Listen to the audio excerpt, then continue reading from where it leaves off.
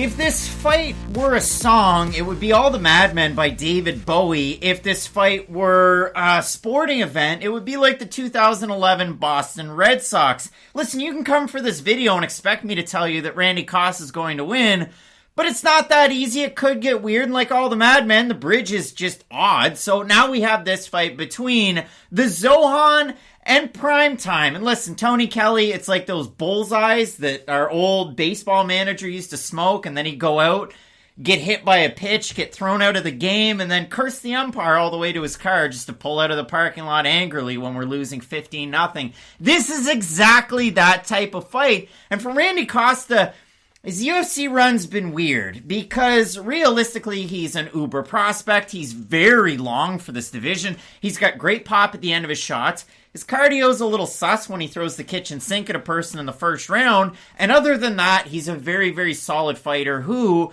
since making the move down to Sanford MMA a year ago, we'll throw the picture up there, is 0-1, and he's only had the Adrian Yanez fight. He was a Lausanne's guy, he's a Massachusetts guy, and so far the UFC career has been a mixed bag of goods. He has a loss to Brandon Davis that was on short notice by submission. Brandon Davis, back in the UFC. He has wins over Boston Solomon and Journey Newsom, and then he has that loss to Adrian Yanez about 4 months ago, loses by TKO.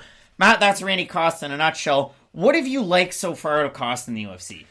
He's been memorable, and I think that has to be said, because how many fighters have just come through, they've had some exciting fights, and then 5 fights into their career, you lose track of them, I guess, and then you're watching a Bellator event, and you're like, oh my goodness, Sam Sicilia's over here now?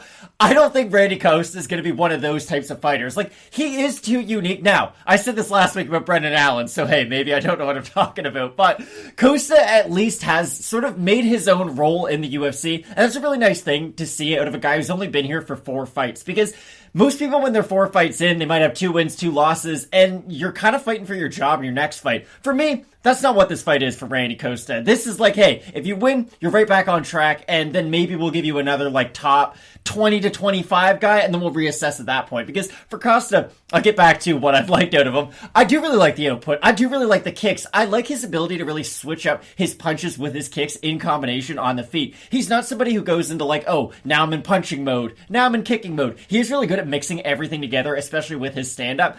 I'll get to the cardio point, though, because I do think that is a really interesting point. I'm going to bury this point home because I think it's important. I don't think Costa has bad cardio. I just don't think he paces himself all that well. He's in that Paulo Costa conversation where it's like, hey, if you didn't throw 400 punches in a round, maybe you wouldn't be tired at the next one. So for Costa, I do think he just has to find his own Goldilocks zone where it's okay. I was a little too hot against Adrian Yanez, at least early on. I was a little too cold, at least early on in the second round of that fight. So what is the perfect Costa sort of work rate? Now, it'll be really interesting to see what his style and what his game plan is against Tony Kelley, because Kelley's going to employ a lot of the same strengths that Costa has in the cage. He's also a guy who likes to work behind his volume. He is somebody who will mix his punches in with his kicks. I just really worry about one thing with Tony Kelley.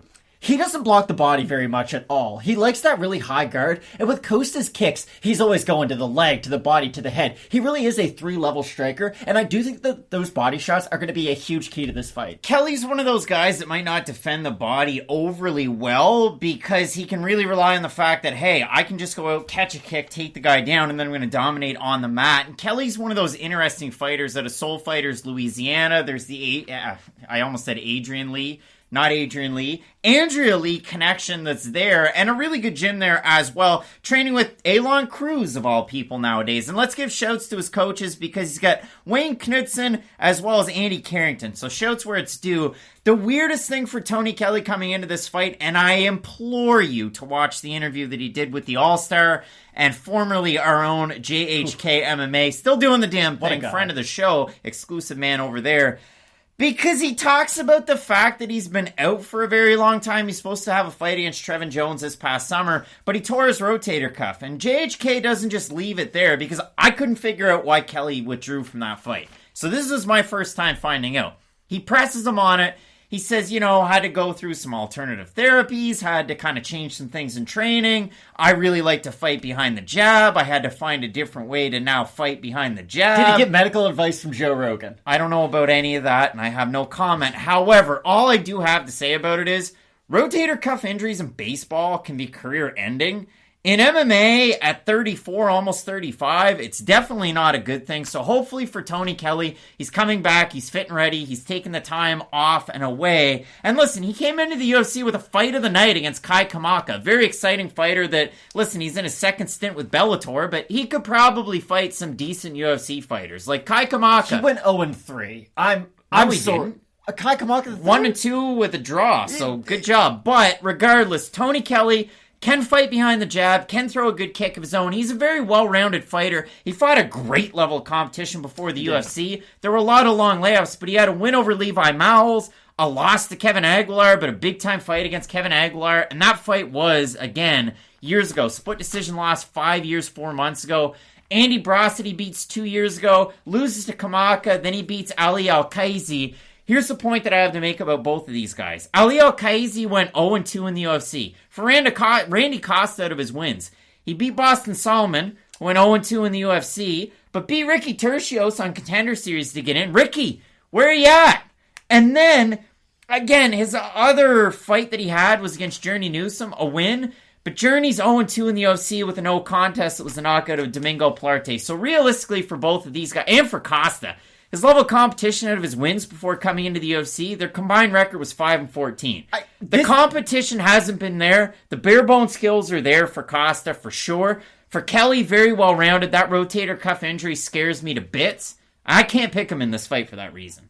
I think we have to speak, though, too. Costa still look good in losing performances, and that does matter. Like, you can't just look at the wins and losses and judge them just based on the green and the red. I'm colorblind. But with Costa, at least he looked good against Yanez early on, put a pace on him, and showed skills that I do think he can replicate in this fight with Kelley. If he goes out there and uses the jab in a similar manner that he did against Yanez in this fight, I think he's going to have a lot of success. And the thing about Costa is that he can fight on the outside, he can fight on the inside, but I like him a lot more on the outside. And if he is mixing in that long jab with the kicks, I think he's going to be able to outpoint Tony Kelley quite comfortably. Randy Costa open at par. Both these guys open at par. For Randy Costa, he's now minus 205 favorite on best fight odds. For Tony Kelley, he's now a plus 168 or thereabouts. If we have a look at the Topology votes, surprised us, they are to you. Ooh.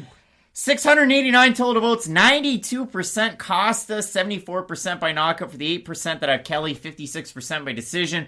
Maybe you like Kelley by decision. I think that's the only way that I would go with him. Kind of the way I was thinking last weekend. Morono, decision. Kelley, if he's going to win, decision. If Costa's going to win, he can get it done in a lot of different ways. I like Randy Costa in this fight because, again, that rotator cuff injury scares me way too much for Tony Kelley. Also, the fact that he's 34, almost 35 in this division isn't helping him a lot either. And Costa's a really exciting prospect. Like, I know he lost to Brandon Davis, but that was a really exciting fight. And for that being your UFC debut, especially at the time with how good Davis was at that point in time, too. I know he got cut shortly after, but still, Brandon Davis, at least in that moment, had won a couple of fights, and there was a little bit of Brandon Davis hype. I know it's hard to believe that now, but still, at the time there was. I do think Costa's got this one in the bag. Both of us going with Massachusetts' own, now in Florida, Randy Costa. You let us know below who you have in this fight. You're not going to want to miss it because, listen, at the top, couple of big title fights, bantamweight strap on the line, and your lightweight belt as well. You're not going to want to miss, so keep it locked in with Fight Night Picks, as we always say. Let's get into it.